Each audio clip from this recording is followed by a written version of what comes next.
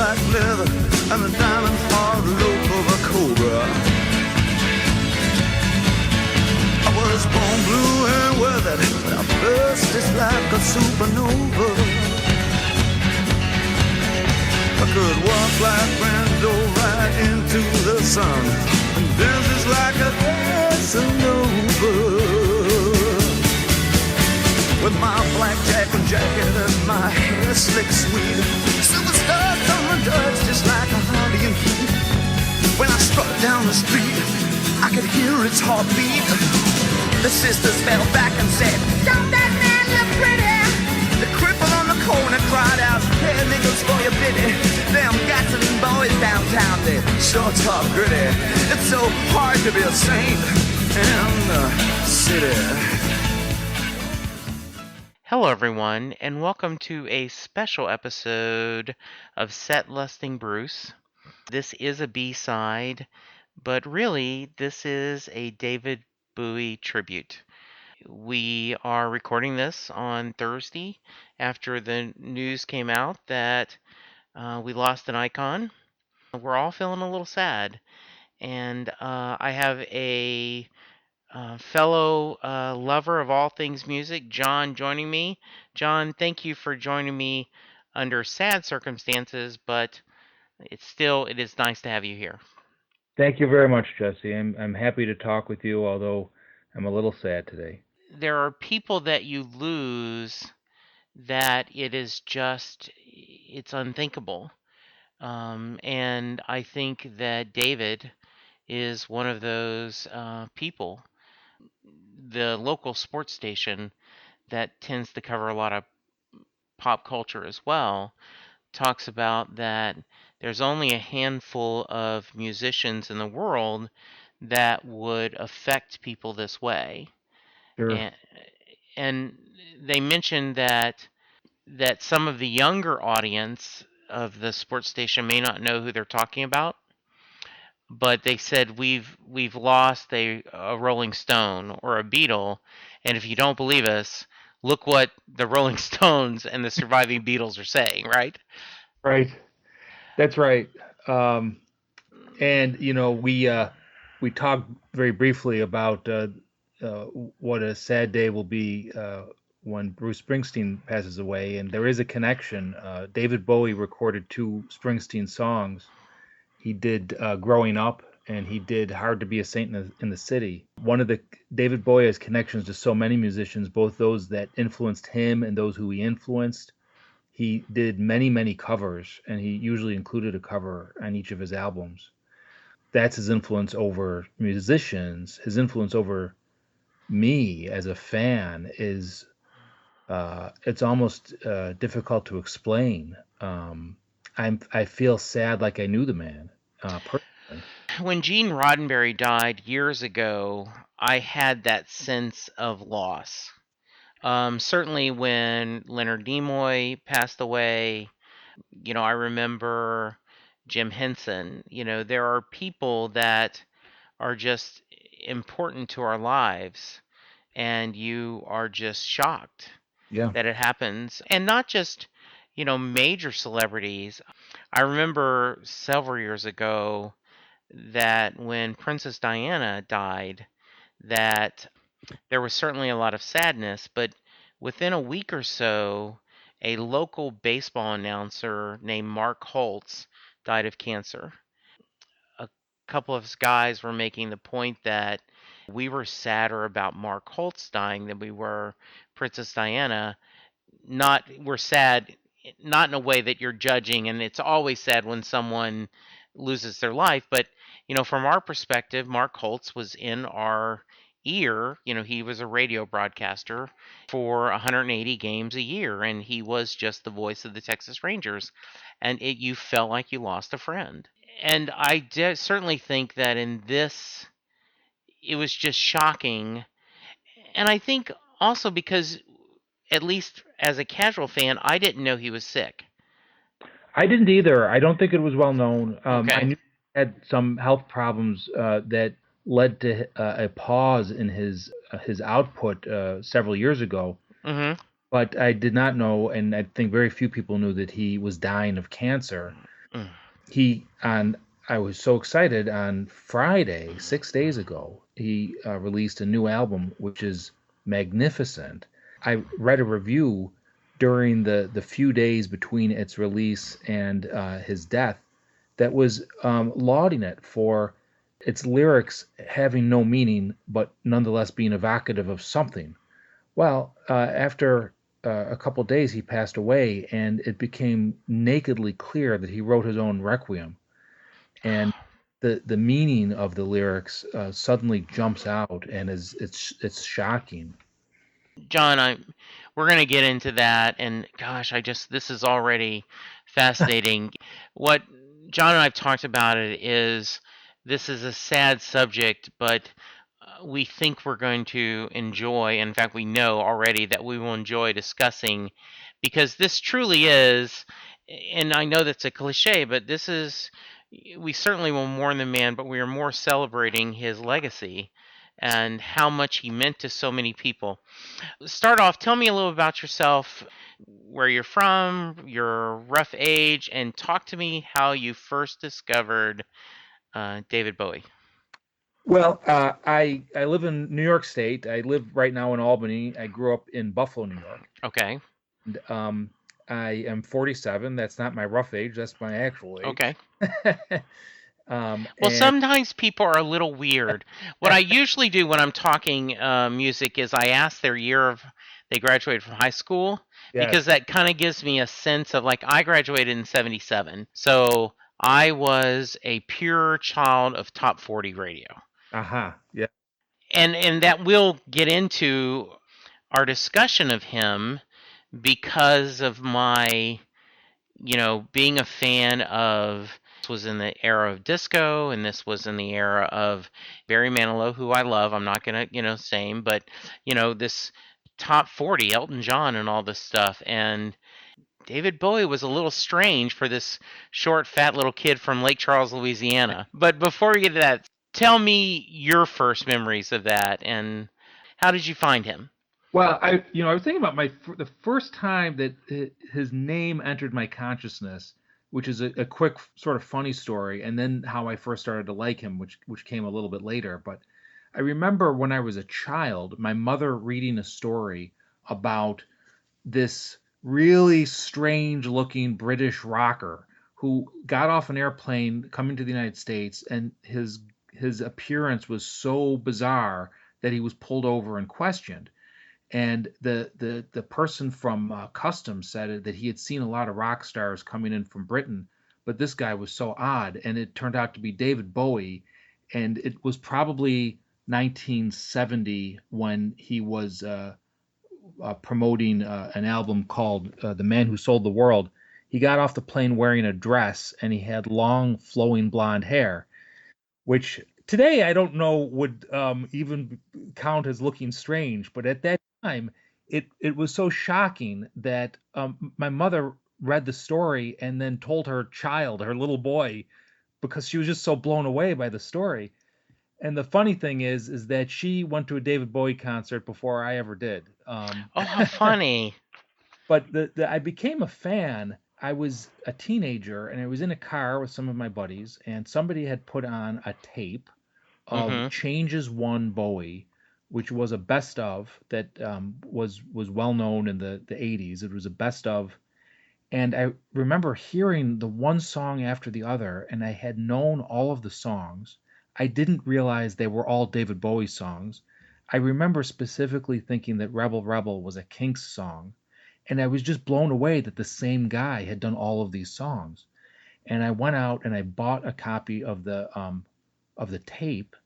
This was before CDs, and then I started buying tapes of the original albums that the songs came off of, and it was off to the races.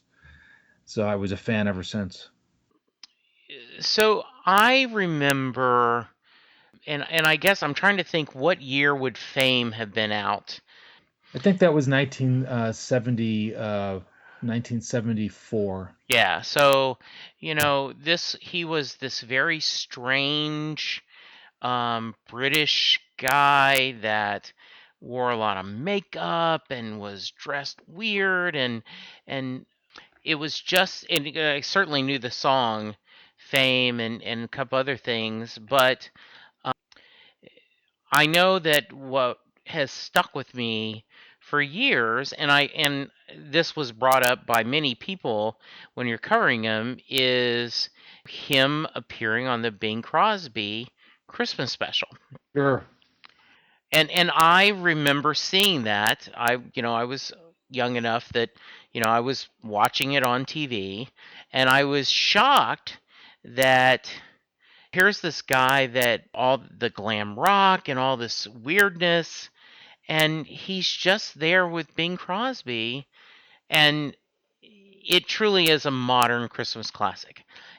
When you hear that duet, it is just, I think, moves to tears. It's one of the best Christmas songs ever. It works. It really works, and it's a juncture between, if you think about Bing Crosby was the premier pop star of the 30s, right? And Yeah, he's there's this point in time when he converges with David Bowie, and it's almost well, not quite 100 years, but it's 70 years of pop iconography meeting, yeah. singing the simplest and prettiest little Christmas song that you could imagine. And to when they talk about, my son, and he just became normal. Yeah. And that was, I I wonder, and you're certainly more of an expert on his career than I am, but was that a important part in his career that he kind of, middle America went, wow, this guy is playing a part and he's a very talented musician. I don't, that was not really the point that he jumped over into more mainstream Okay. acceptance. It that would happen a little bit later, Okay.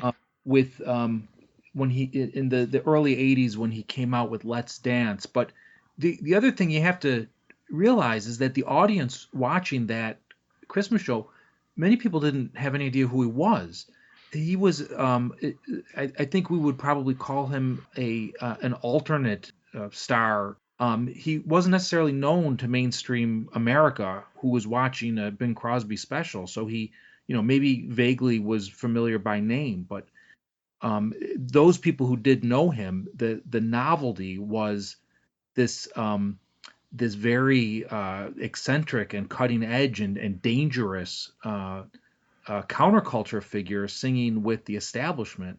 Yeah. That was sort of the joke, but he didn't break into the mainstream quite yet, and some of the music he did around that time and after was very avant-garde, and it sold well. But the album that he just came out with is the first one that ever hit number one.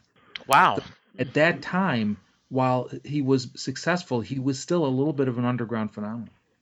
So you've discovered his music, and did you just immediately what spoke to you about it? Well, I've always said that I like the way it sounds, and Mhm. I like his style and his artistry and his showmanship. I don't look to, I don't have a lot in common with David Bowie, which it's sort of odd because I've had his voice in my ears for 30 years every Mhm. day. I I, Yeah. I I put him on every day, and it's not by some plan or by some sort of commitment. It's just because I like the way it sounds, and I like the way it sounded then. It wasn't immediate. Okay. I heard that Changes One, and I realized I liked all those songs, but it took within a couple years I went to see my first David Bowie concert, which was in Toronto. It was the Glass Spider Tour. In retrospect, it was a great first concert because on as a spectacle, there was nothing I've seen like it before or since. Mhm. As a musical performance, it was very good, but every concert I had seen subsequent to that was better. And Mhm. it was very much at that point he was at the zenith of his mass cultural appeal. Okay. And the concerts I had seen subsequently were more intimate and more more reflective. This was this was glitz. This was show. There was a gigantic stage, a gigantic glass spider that he descended from the rafters in this chair, and he had this giant blonde mullet. Mhm. But I was blown away, and at that point, it was locked in. There was no going back at that point. And I just became fascinated with him and his music, and even the album he was touring then was called "Never Let Me Down," which is one of my least favorite David Bowie albums, but even that has redeeming features. And there's you could listen to if you listen to all just his studio albums back to back, Yeah. you would not hear the same song in well over a day of listening.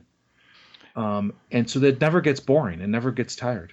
That's my wife asked the same question. We were driving back from Florida in November. Her sister was in the car with us and got it on E Street Radio, and my sister-in-law asked, "Do you never get tired of Bruce Springsteen?" And I go, I don't. I mean, I have listened to and will listen to other music, but I it would be an easy question for me if someone said, "What's the only artist you can bring to a desert island?" I would bring Bruce Springsteen. Because there's enough diversity there that I wouldn't get bored. Sure. And it sounds like the same thing with you. Oh, absolutely. Diversity was really Bowie's calling card. He would get tired of a style and he'd shift up and he'd experiment, and he had some misfires, but the overall output, if nothing else, even his weakest material is interesting, and he has a lot of strong material. I've heard someone yesterday or one day this week because this is being discussed on different radio stations. I heard and something about you know I, and I'm quoting it wrong, but I'd rather have an interesting failure than a successful boring or something. I don't remember exact. Maybe you do. I didn't hear it, but Okay. I get the sentiment. Yeah. And the other thing that I really embraced is my other obsession is Doctor Who. Hmm. And there were several fans that posted that, and they showed all the pictures of David in his various, stages, and pardon the pun, and um, and they said Time Lord without a doubt. Uh, I'd never thought of that, but doesn't that work? That really works. Yes. And what I thought was really cool is someone posted, and this is actually from several years ago. Peter Capaldi, who is the current doctor, Hmm. said that he, to a certain degree, modeled his persona as the 12th Doctor upon David Bowie. Wow, that's Which is what, and this was not, I mean, this was when he first got the role. So this isn't just sentiment talking. Um, and I guess Madonna has been very quick to give credit that she modeled her changing persona uh, to a certain degree, to his, example. yes. She's talked about that not just now, but she's talked about that for years, and so has others have as well. I'm thinking of Lady Gaga, who Yeah. posed with Bowie-esque makeup, uh, Yes. and has been very, very uh, open about modeling aspects of her persona after his. And as a casual fan, and just as I love artists who take chances, Yes. and I love artists that are true to themselves. And I need, and one of my favorite quotes, and I tell this story a lot, when I'm talking to my team, is the late great Harry Chapin was talking about his grandfather, And his grandfather said, "There's good tired and bad tired." He said, and bad tired might be a day where you won. You were successful, but you were fighting someone else's fight. You were living someone else's dreams. You were working on someone else's goals. And even though you were successful, you're tired. And it's a bad tired. He says, on the other hand, good tired is a day where you may have failed. You may have not met your dreams, but you were living your dreams. You were fighting your fights. You were pursuing your goals. And whether you win or not, you are good tired. And I think, David, based on this from a perspective, fought his fight. He took his journey, and in a lot of ways, I think that's his best legacy. Yeah, that's a really good point. It's definitely true. Um, yeah, I don't know that I would have phrased it that way, but I can't disagree with any of that. Okay, well, just every once in a while, I come up with something good. um, so John, is there any special moments or memories of his career that mean something to you? Do you have a special memory or something that you think we should highlight? There's so much I could talk about, Hmm. but I actually jotted a couple things down that I wanted to make sure I mentioned. I appreciate that. Um, Always like giving homework for the podcast. one of the things that I'm sad about is that there was always anticipation and hope for the next album, the next tour. What is he going to come up with next? And there was this long period from the late '80s to the early '90s where he had an output. He was producing music, and all of it had value, but none of it was as good as the stuff that he had done before. But there was always that hope. He was going to come up with something else. He was going to take a new direction, and he went from commercial pop to a band called Tin Machine, which was okay, but it wasn't great. And then he shifted directions again, and he did an album called Black Tie, White Noise, and it was also okay, but not great. And then he did an album called One Outside, which Hmm. was wonderful. It's the kind of album that would be remembered like Ziggy Stardust or Aladdin Sane had he done the exact same album then. It's not as well known now, but it was the rebirth of the great David Bowie. And then he toured with Nine Inch Nails, and I went to see that concert in Pittsburgh, and it was, I was talking to my wife about that concert, and she said, he had to be awfully daring to tour with a hot new band at the time that people would come out to see who weren't coming out to see him. Yeah. And I remember being there, and I wasn't a particularly big Nine Inch Nails fan, but there were a lot of people that came to see Nine Inch Nails, and then Bowie comes out and he took them to school. He showed them what rock music was and what artistry was, and that set in motion a sequence where he came out with a series of albums in the late '90s and the early 2000s that ranged from very good to just great. And then something happened. The rumor is that he had a heart attack, and after an album called Reality, where I saw him in concert touring that album 3 times. The best concert I ever saw was in my hometown of Buffalo at a relatively small theater called Shays. He could have sold out an arena, but he did this intimate performance at this theater called Shays. The music critics from the local paper described this concert as the best concert they ever saw. Wow.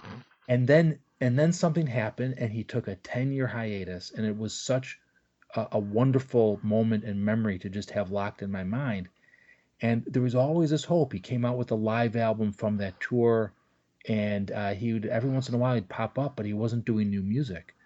And then a little more than 2 years ago, completely out of the blue, he released a wonderful new song um, called "Where Are We Now," which was a reflective song, and then an album which just had a ton of music on it, and that was one of the greatest surprises in my musical recollection, and just a wonderful moment. And then the last wonderful moment was 6 days ago with the release of Blackstar, which, right away I'm listening to it and I'm thinking, this is one of the best things the guy's ever done. And how cool is it that this late in his career, that he's putting out something that's relevant, that Yeah. speaks to us. It reminds me a little bit. Warren Zevon knew he was dying, and his last album was The Wind, and he had different people come and do. And there's a wonderful song. I don't know if you know it, but "Keep Me in Your Heart." Listeners, if you Google it, it's just absolutely heartbreaking and so sweet. And I have read a lot. I have not got to hear the album yet, but I've heard from a lot of people that A, it's an amazing album, and B, it's very clearly him saying goodbye to his fans Yeah. and to life. Right. That's exactly what it was, and it wasn't obvious for about 4 days. Yeah. Then it became obvious, and he released a couple of videos with it, which they're very much about death. They're shocking. They're really he had one last shock to hmm give up. But in a way, it was departing on his own terms. Yeah, I will have to check them out. John, send them to me and I'll put them in the show notes, though Sure. I'm sure they're easy to find. Um, you know, um, what I find fascinating is the diversity of his cutting edge music, but when he wanted to, as make as a good a pop song as you can have. When I hear Modern Love, Yeah. I start my toes a tapping. It makes me smile and wonderful. I love that. I once drove a bride to her wedding, and I had that song in an endless loop. Oh, that is perfect. That I would do the same thing. When my wife and I got married, I had queued up in our Ford Escort. They dropped us off at my friend's house we'd parked our car. We started the car, and the first song that played when we were alone in the car was "Wouldn't It Be Nice" from the Hmm. Beach Boys, Yeah. for that lyric. You talked a little bit about the Springsteen covers. You know, from what I understand, um, and there's actually clips on it the internet where he was being interviewed and said that he wasn't as impressed with Bruce, just the guitar, but when he heard the band, he thought they were an amazing band. Yeah. But he liked the songs enough, and to try to help Bruce out in his career, right? He covered a couple of the songs. He did both of those songs in the early 70s, so it was at the early stages of Springsteen's career.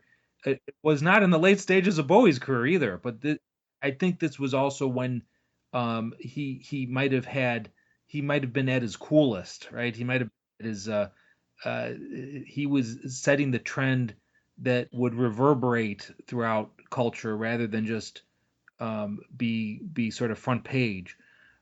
So if he was trying to help, I think it was from that vantage point. But I've always, because he almost always puts one or two covers on his albums. I always saw that as a way of showing appreciation and respect for other musicians and other work. And I don't know if his intent is to try to help them, but also to say, hey, you know what, these are great songs, and I want to show respect by performing them in my way. Yeah, and since this is set listing Bruce. Yeah. Bruce did post over here on E Street, we're feeling the great loss of David Bowie. David was a visionary artist and an early supporter of our music. Um, though I believe the whole, artistic world has come out and, spoke about the loss. Um, and, and you wonder, like I think about Live Aid and the Dancing in the Street with Yeah. Jagger. Yeah. I mean, what a cultural icon and a point, right? Yeah. That he was just so cool. Well, Bowie also was open about his admiration for Mick Jagger, and Right. he's names drops Mick Jagger in a song that he did early on, um, called "Drivin' Saturday."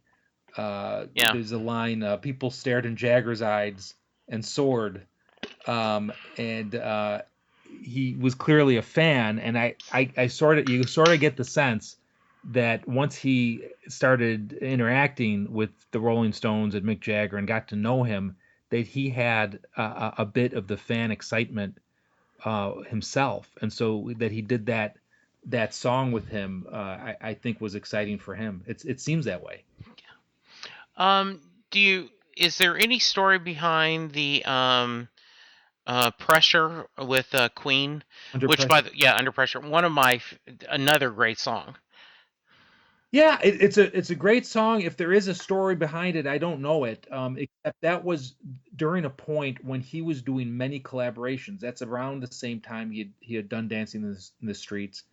He did a song called Tonight with Tina Turner. He was doing a lot of work with Iggy Pop, although he had done that over many years. But he was um, this was at the dawn of the MTV era. And there would be many types of shows and concerts where um, uh, there would be a sort of a cattle call of different top level stars, and they'd sing songs together.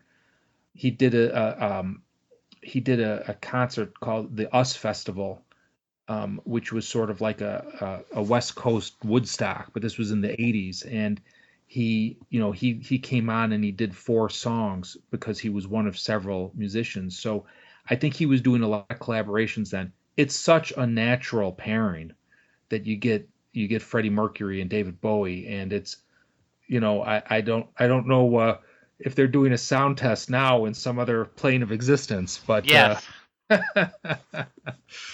it's a wonderful song. Yeah, and Neil Gaiman posted a link. He had written a short story um, that entitled "The Return of the Thin White Duke," where he said that was um, absolutely based on David Bowie. And let's That's talk. a line. That's a line from the song "Station Yeah, to Station." Yeah. yeah. Um, so let's talk about his acting. I know one of my favorite roles, which I don't think is as gets as much as I loved him in The Prestige. Yep. I thought, I had never heard of Tesla before that, just kind of, not, and just who is this guy and what's this? And that was such a cool role. Um, I do have um, my let me pull up my notes and then we'll talk about this. Susan Summers Miller, who graduated from high school with me back in 1977, who I might have had a crush on back in the day. I won't admit that, but it was. She sent in to me because I had sent out saying, people, hey, she goes, The Labyrinth was my daughter's favorite movie. Yeah. I must have watched it 1,000 times over and over. I can quote every word to the helping hand scene. So, That's another collaboration because that was David Bowie starring in a movie, a Jim Henson movie. yes. So it's another meeting of two great creative artists. Yeah. You mentioned the Tesla role. I grew up in Buffalo, which is near Niagara Falls, where Tesla did some of his work, and so Yeah. there was a sort of a hometown connection almost, a little bit of a stretch, but No, I get it. yeah. Uh, I'd been meaning to ask you, how many times did you see him perform live? I was trying to count it up. I think it was 8 times, Okay. and I would have seen him more if I could have. That when Yeah. he was touring with Tin Machine, I remember missing him by, oh, I could get there. Oh, I can't get there. Yeah. He didn't come to my city, and so I was trying to get to him, and Yeah. it just didn't happen. But I think I saw him 8 times. I think I counted 8. You know, I just recently, um, Allie Scales, who is a fellow Bruce fan, was on the podcast, and she and I did a little adjustatorial because of people. Some fans were complaining that this latest mini tour of Bruce's, he's decided to do the River album in a row, and people were complaining that we don't want to do that and what we're doing. And, our point was, he's in his 60s. How much longer are we going to get him performing? I'm going to take whatever he gives me because of the opportunity. Yeah. And it sounds like this. It would have been amazing to see him do some of this Blackstar material live. It would have been amazing. It would be again, if you take a look at these videos, now that you know, Yeah. he's not well, and Mhm. he's saying that he wasn't. He's been saying for a while that he'd never tour again, Yeah. which was sad, Mhm. because he was a great performer. But yes, it would have been amazing, especially in a small, intimate setting. Yeah. Um, can I jump back to his acting? Oh, please. One thing a role I was thinking about my favorite roles of him as an actor, and he has a very small role in a movie called The Last Temptation of Christ. He plays Pontius Pilate, Yes. and although he has a small role, he's just great while he's on the screen. But my favorite acting role that he had was in a vampire movie called The Hunger, and today it's almost scary because what ends up happening is he's a guy who thinks he's an immortal, and he finds out the hard way that he's not, and you Mm. see him aging very, very quickly. And there's a line in the movie that I misremembered, where he is the vampire lover of a vampire queen who apparently really is immortal. Yeah. As he starts to age, I'll tell you how I misremembered the line, because the actual line is not quite as interesting. But Okay. he says, "I thought you said it was forever," and she responds, "Give or take." Oh, I love that.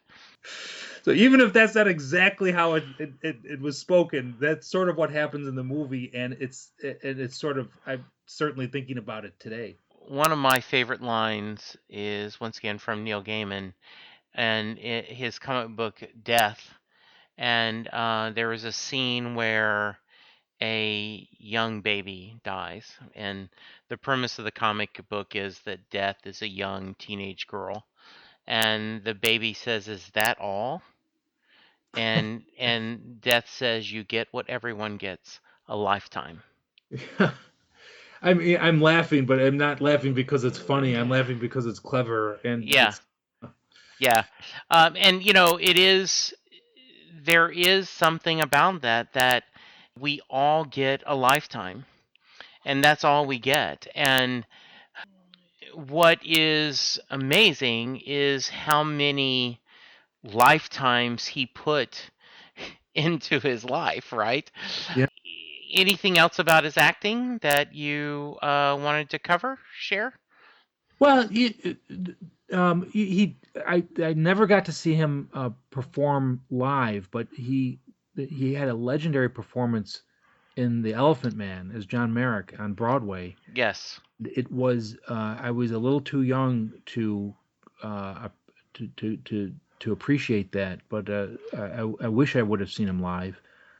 And the other thing though is that in his videos on as a musical performer, he was acting. He wasn't just singing. Uh, Yes. he was a theatrical performer. The music was part of what he was doing up there on stage, but it wasn't the whole thing. And that's definitely part of David Bowie. Yeah, I do remember him playing, he as traditional. I think when you do the Elephant Man on stage, historically they don't do makeup. It's just the persona. I think that would have been amazing to see. Yeah, Um, and just the influence, I had not even thought of Lady Gaga, but that's absolutely, there is a, I'm not going to do it justice, but Dad Rock is a podcast that a couple of guys do from USA Today, and they did a very quick tribute podcast this week. It's worth looking at. But they talk about, without glam rock, you wouldn't have had, they think to a certain degree, they go through all the different things like the Smiths and the yep. punk rock movement and everything of how much he influenced people. Yeah, that's absolutely right. And I think he came to appreciate that at one point in his career. I think he was a little frustrated by that. There's a line in the song "Ashes to Ashes," same old thing in brand new drag. And I think his commentary was, I'm moving on to the next thing, and these guys are just, they're a step behind. But I think later in his career, he uh, seemed to be both flattered and encouraging of those who were influenced by him. And I think it says a lot about him that he was moving on to the next thing. Yeah, It's kind of bored now and moving on, right? right. Very interesting. Before we move on, I wanted to read a few things people sent in. Kevin Long, who's a podcaster here, just shared he loved the Blackstar album. What I find interesting, and you've said this, is before people knew he was sick, it was getting absolutely rave reviews, correct? That's right. That's Yeah, right. which is nice. And hopefully he was well enough to see that.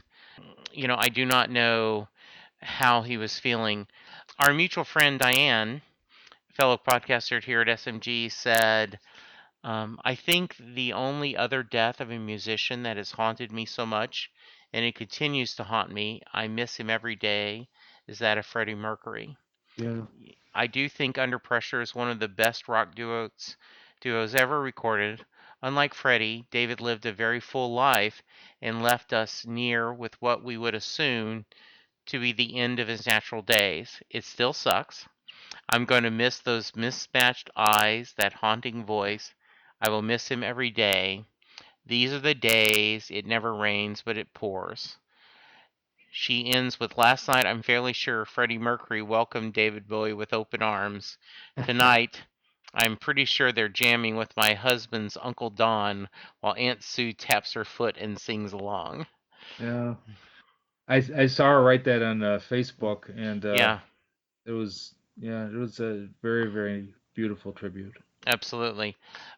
A good friend of mine, Bob Bland, said that everyone else, I love Let's Dance album and all the hits from it, and while many don't care for the album after that, tonight, I still rank the underrated hit Blue Jean among my favorite songs of his, bolstered by the 20-minute mini movie he made for it, which me and my buddies at the time quoted heavily. Yeah, that first of all, uh, that album gets a lot of criticism. I think it's a fine album, uh, but that video is um, there's not a whole lot like it that came before it. So, even with the musical material, is not as innovative as some of what he's done. That song, Blue Jean, it's a very catchy pop song. It's a good song, but the video is uh, it's like I said, it's like almost nothing that came before, and it is like a movie. Ooh, Um, I'll have to check that out. yeah, the only thing from that era that I'm thinking of that was like it was Michael Jackson's Thriller video, Right. which was a little mini movie, Mm-hmm. and like that, it was longer than the song, and there was things happening in the little movie that are not just happening in the song. It's almost like the song was a soundtrack. Ooh, interesting. I'm going to finish up and then I want to get your take on his final statements. Bob continues, I was indeed quite saddened by his passing and see his influence extended in today's up and coming generation, as my stepdaughter is a huge fan of his, both from a musical and perhaps even more so from an artistic perspective. There may be some who were more influential musically, but very few have had the complete impact across so many areas of musical performance, concept, showmanship, etc., that he did. He was a true trailblazer in every sense of the word, and though many will try, no one will be able to fill his unique void. What are your thoughts on that? Do you tend to agree with that? That his influence and is beyond just the music? Well, absolutely, in so many ways. Uh, you can't escape it as you're reading these obituaries and these reflections on style, on fashion, on gender identity. You could get into politics. Yeah. Again, going back to MTV, very early on, he was very critical that MTV wasn't showing black artists. I had not known that, and I think that is fascinating Yeah, that it's very easy to be safe and to not try to bite the hand that feeds you. And because at the time, this was huge in, selling records. right. And that's impressive. Oh. You mentioned videos. Uh, the first song of his that was famous was Space Oddity, Right? which became well known the year I was born, 1969. Hmm. But he actually recorded it the first time in 1967, and he did a video in 1967. Oh, wow. I actually on my Facebook page I decided that I was going to do a 365-day song a day tribute. Oh, Uh, nice.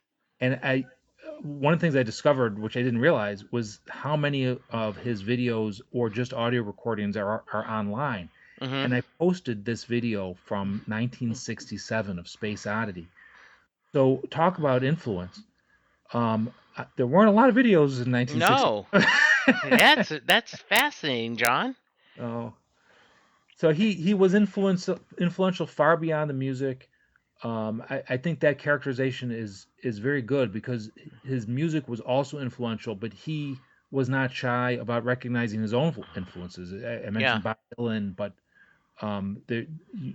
we could do a whole show on just who influenced Bowie.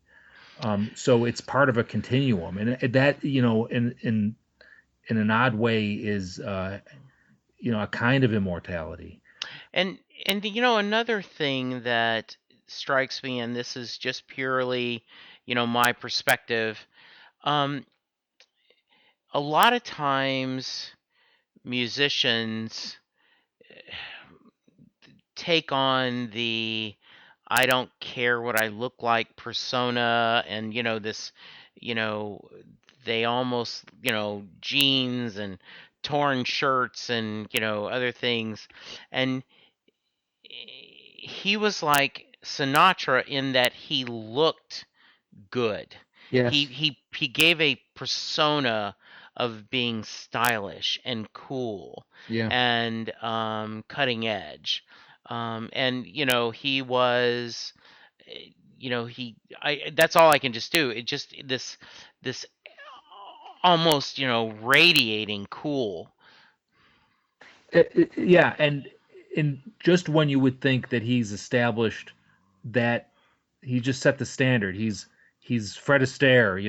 Yeah. He the he has just defined what it means to look cool. Then he changed it up, Yes. and there's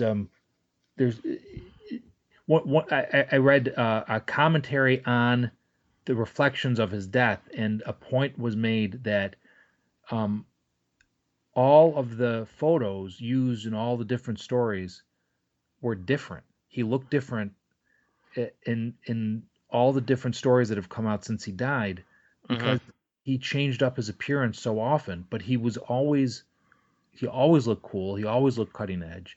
Yeah. He never looked. He tried the jeans and t-shirt too Yeah. for for a brief phase. Yeah. So he would experiment with different styles. Yeah. Um, I got two more, and then I want to go back and talk a little bit of memories. Dana Steele she was a very influential um, DJ back in the 70s in Houston. She now does a daily tip, and she's a motivational speaker.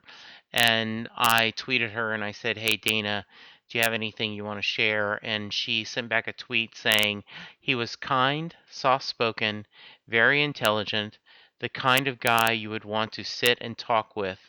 And when you get the chance, you were gobsmacked, could barely speak. He was ethereal." I greatly regret having never met him. And Yes. he lived in New York State. He lived in New York City, where Mhm. I go often in for work, and Albany is not far from New York City, Yeah. so go down there and see plays. I never met him, and the only time I was in the same room with him is when I saw him in concert. Right. Know people who have run into him. I sort of joke because this isn't exactly true, but I broke up with an old girlfriend because she met him and didn't get his autograph for me. That's not actually why we broke up, but that she did meet him and did not get Yeah. his autograph, so Oh, that is I still awesome. resent that. But Yes. he's definitely a guy I would have liked to have met. There's Yes.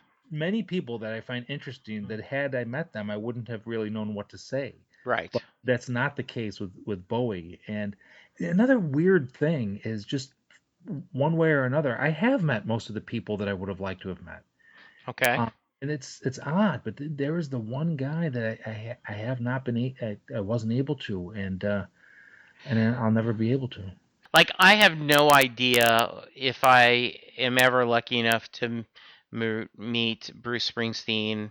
I have I stood in front of Brian Wilson when he was doing a book signing, and this was heavy in the Eugene Landy days, so Mhm. I'm sure he was over medicated, and he never even looked up as he was signing my book. But I did tell him that, I loved your music, and it has brought me great happiness.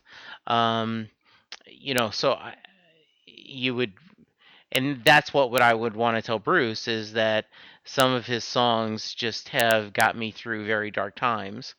Yeah. What would you have wanted to say to him? It depends on how long I had. Yeah.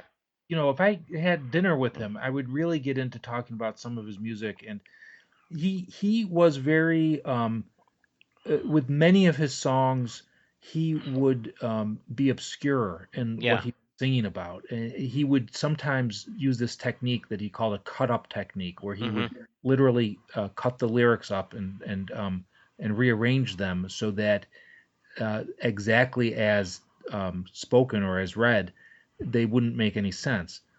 But there was meaning in there somewhere, and part of what he was encouraging us to do was interpret them in our own way. But I think Blackstar, the new album, is sort of a great example of this, where before he died, it was more impressionistic, but then after he died, the meaning of all of the songs became crystal clear. Mm. So there's some of his older music where my very favorite David Bowie song is the first song off of the album Heroes, which is not Heroes, but it's called Beauty and the Beast. And I have this theory about what it's about, which I think Okay. it's about adultery, but the Hmm. lyrics are obscure, and Yeah. I would have liked to have talked to him. If I had enough time to talk to him about one song, it would have been that one. If Oh, interesting. one time I met Peter Gabriel standing in an elevator, and so I had literally enough time to talk to him before the elevator door opened. You literally had an elevator pitch time. You know how they That is say, yeah, exactly right. yes, yeah. I'm standing there at an elevator and I'm looking at this guy next to me, and I said, "Peter Gabriel?" And he said, "Yes." And I only had enough time to say, "You know what? I really appreciate your work." And he said, "Thank you." And then the doors opened, he got in and he went away. Mm. So, but if that's all the time I had, that's what I would have said. But I would have really liked to have had a more in-depth discussion about his music. Very interesting. Wendy Hembrock, who has been on the show talking about Pearl Jam, and she does a podcast called Tuning Into Sci-Fi TV, sent us the following clip.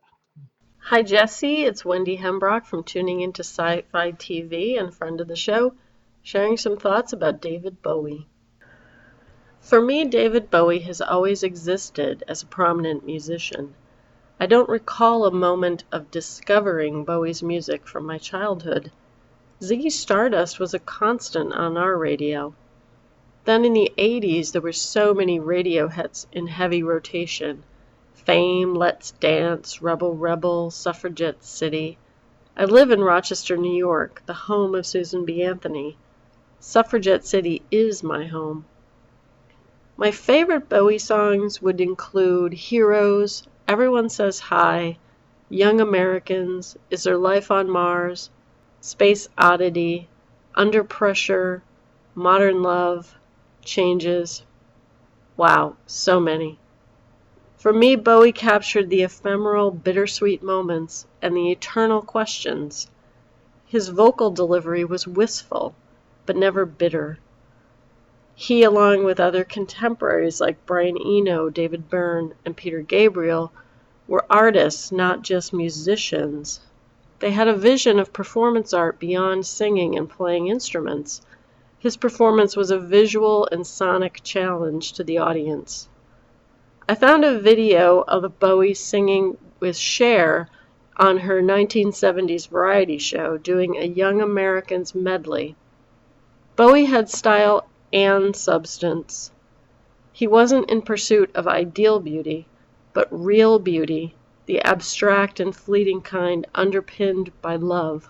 In 2004, I saw David Bowie perform live at Jones Beach, an outdoor amphitheater along the shore outside New York City. I included a link to a recording of that show in the set list. It was a wonderful spring night. I listened to the show again on Monday night. What jumped out at me was that voice that could swing from sad, soft, and wistful to booming power, and the mix of musical styles and arrangements. From rock opera, synth, glam techno, funky jazz, to straight-up rock and roll. He sang with authority, humor, questions, and cool. It was a warm spring night in June with a breeze off the water that carried the music into the ether. Carl Sagan said we are made of star stuff. David Bowie is proof. The stars look very different today because of his art and his departure. He left one last present, a new album titled Lazarus, just released on his birthday. Thank you, David Bowie, and Godspeed, Starman. I've got one more, and then I've got a couple more questions for you, and I've kept you a long time, so we'll try to end it up. Sara Hickman was the 2010 official musician of Texas. She is a singer-songwriter that currently lives in Austin, and she is a dear friend. And she said, I love the story of David Bowie going to pick up Sudsy Roach of the Roaches for a date, and both of her sisters went along too. I think that was their only date. I have to say, if David Bowie had asked me on a date, I probably would have taken my sisters too. Do you know there are 75,000 items archived by David of his clothing, art, music on display in London? Thank you, David Bowie, for inspiring me and everyone else to be ourselves. I know you are enjoying the spectacular colors of the heavens and have a choir together already. That's beautiful. That's Yeah. yeah. Um, so, John, you've been very candid and you've shared so much, and I appreciate it. Um, is there any other personal memories or something where his music has gotten you through a bad time or help you to celebrate, or is there anything else you'd like to share? Well, I'll briefly answer that, which is yes. His music has, since it's essentially been the soundtrack of my life, without thinking about it. Yeah, Sad, I'll put on some of his music. If I'm excited, I'll put on some of his music. If I have some event, a party, there's always Bowie music in the mix somewhere. right. At, at my wedding, there was Bowie music in the mix. This is so transparent to my personal friends that I might have mentioned this before. I've been getting condolences like he was my brother, and Yeah, many people have said to me or posted on Facebook or social media. I read the news and I thought, oh, John must be devastated. That's what they thought, my friends, because it's such a transparent part of my life, David Bowie. yeah, So absolutely, and it's not like I have some sort of conscious. Oh, I'm sad. It's time to pull out. You know, it's time to pull out One Outside, which is a really dark album. I'm going to listen to yeah. this. It's just a natural thing. It's what I gravitate towards. But I'll I'll close with personal memories with something that is not especially musical, but there is a touring exhibit which I think is in Europe now of about Bowie. It's called Bowie Is, and it came to Toronto, and I was fortunate enough to be able to see it. It has many of his costumes. There are rooms with his videos. There are artifacts from his career, and it's this sort of interactive, gigantic exhibit that is, in yet another medium. I don't know how much he personally was involved with curating it, but it has all of his stuff in it, so he was involved to some extent. And it as a Bowie fan, it's staggering, but also thinking about how the guy is influencing the way museums display collections because that itself was innovative. And I'm so happy I got to see that while I had the chance. Oh yeah, I imagine so. Um, John, this has been as fun as I thought it would be, and as I say, this is a sad story, a sad, time, but it is sharing and talking about it. It's made me feel better, and I hope it has you as well. Yeah, it's been cathartic. Yeah, that's good, and we'll have to have you on again and kind of talk. If someone wants to reach you, how can they? Well, happy to connect via Twitter or Facebook. My Twitter handle is at John Maggiore, JohnMaggiore 6. That's the number 6. And if you friend me at Facebook, you'll get to read my 365 song a day Bowie tribute. So either way is fine. I've never been on a podcast before, so I have no idea how many people are gonna. Yeah. Well, it depends. I'm impressed that, and I'm going to follow you just because the challenge of, um, you know, we do, my family, among other people, but my sister started where for each day in November you post on Facebook a different reason why you're grateful. Hmm. And by the 24th, 25th day, you're like, uh, actually the 20th day, you're like, okay, I don't want to repeat what I said last year. So you're trying to come up with things to be grateful for. 365, you're like, okay, I hope you've got a spreadsheet that says what videos and songs you've already posted. uh but Yes, I'm yeah, keeping record. Yes, yes, I just got started because yeah, I thought of this once he passed away. I think that is a beautiful, wonderful tribute, and I think that'll be cathartic too, because I know when I do this month of thankfulness, I share why I'm thankful about that or why I'm struggling. And so I think this will be good for you. And I'm looking forward to it. I can be reached at on Twitter at Jesse Jackson DFW. We do have a Set Lusting Bruce Facebook page, and at Set Lusting Bruce on our Twitter account. This has been just amazing. Normally, I end with a quote from either a Bruce song or whatever artist we're discussing about, but I have turned the reins over to John, and he's going to take us out with a quote that he chose. Well, I chose this from the new album Blackstar, from the song of the same name. And the quote is, "Something happened on the day he died. Spirit rose a meter and stepped aside. Somebody else took his place and bravely cried, 'I'm a black star.'" That's the quote. I don't think anyone will take his place, but David Bowie has joined the ranks of the Black Stars, and they look very different today.